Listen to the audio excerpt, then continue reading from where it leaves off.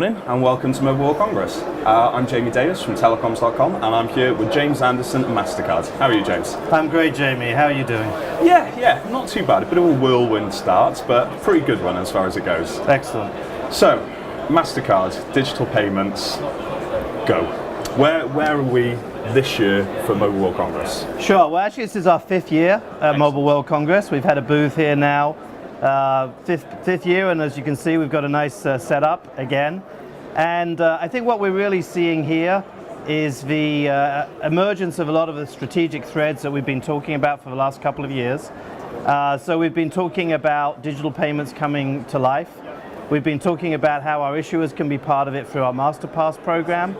And now what we're showing a lot this year is really the use cases, both use cases today and use cases of the future, like my friend Pepper here, which we think really tell the story about how Mastercard is investing to help our issuers be successful in digital in the short term and also future-proofing it for the long term. Because digital payments, the digital economy, it's something we've been talking about for years, it seems, but I think 2016 and what's looking quite promising for 2017 is there's a real breakthrough. It's starting to hit mainstream. Digital is real. Yeah, no, absolutely. And in the payments world, I think the big catalytic event for us was 2014 when Apple Pay launched, and we were there on the first day of Apple Pay launch. And then 2015, 2016 for us has been around scaling that program out, but then also layering on top of that the Masterpass program. And I think as you see in anything that has a lot of infrastructure like payments, there's a certain amount of time that's required to lay the infrastructure down. So for us that meant building tokenization technology, provisioning technology. We had to roll out contactless for point of sale. But we're really seeing all those investments start to build on themselves now. And we are seeing very rapid growth in transactions, and also, to your point, rapid growth in consumer engagement. So people are seeing other people using it, and so therefore they're understanding it, and that's causing people to kind of snowball into using it. And also, I think we're seeing more and more merchant investments. So obviously, the merchant is where kind of the rubber meets the road for payment. What the merchant wants to offer to their consumer is critical.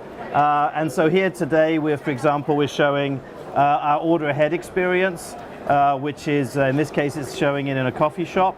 And so you're starting to see these use cases become quite mainstream. Consumers understand the benefit around saving time. And I don't think anybody's ever said, give me something slower and less convenient. Consumers want speed, they want convenience, and they're understanding now that digital is a way to get there. Because I think that for me is the one difference from, like you said, in 2014 when Apple Pay was launched and what we are today now, is seeing someone pay for something by their mobile phone. It was a bit baffling at the time. But now we've got through to that normalization, and like you said, it's more consumers seeing it all the time, but at the same time merchants actually becoming part of the process as well. Yeah, so I mean, and it's not just even devices. Obviously devices is a critical use case.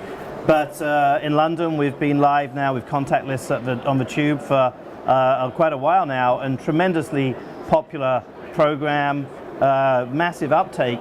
And some of those big, large programs really create the sort of preconditions for consumers to understand that something's changing. They invest a little bit of effort in understanding what's changed, and then they suddenly learn the benefits, and then you get that snowball effect going. So I think 2017 is looking really strong. We're also adding some other things into our program. For example, one of the use cases that we see a lot of demand for is sending money. So obviously, a lot of our digital work to date has been around paying for things. That's important. But it turns out people like to receive money even more. So we have a great demo here of Uber drivers, and this is live, where they can get paid to their debit card on demand. They can cash out rides, get paid instantly to their debit card using the Mastercard Send platform. And so that's an interesting example of how digital, if you think about digital around the local transportation business, that has been revolutionized by Uber. But now it's interesting, it creates these sort of second order effects. Like now we have a lot of Uber drivers who want to get paid, and that creates a new payment opportunity. So in that case, we're able to get the transaction on the consumer side, and quite often now on the merchants, on the driver side as well.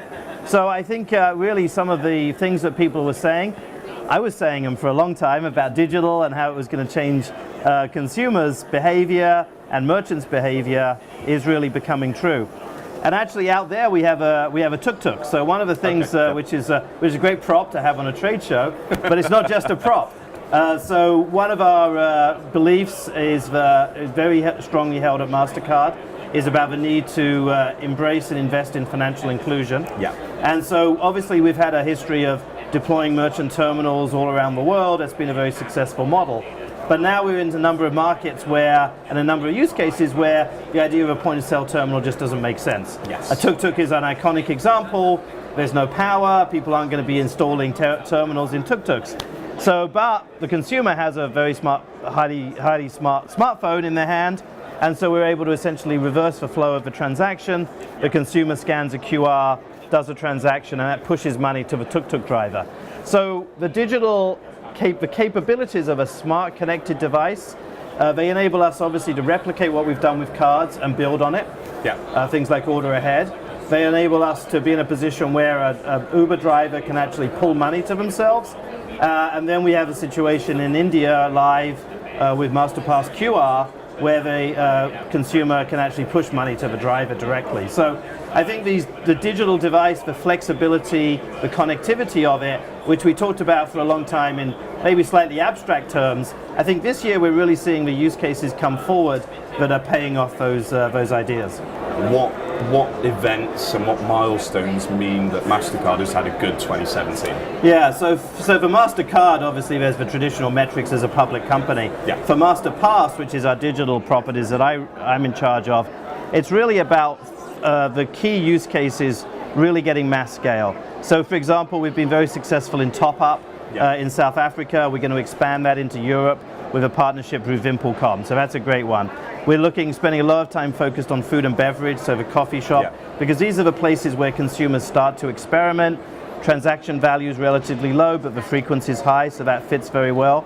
And then transportation is another great use case. So we think that this year is really about scaling up those use cases that consumers find compelling early, get them to use them once, get them to use them a few times, get them to understand how Masterpass works, and then that's going to put us in a great position for even bigger things in 2018. Excellent. Well, thank you very much for taking a couple of minutes with me. Jamie.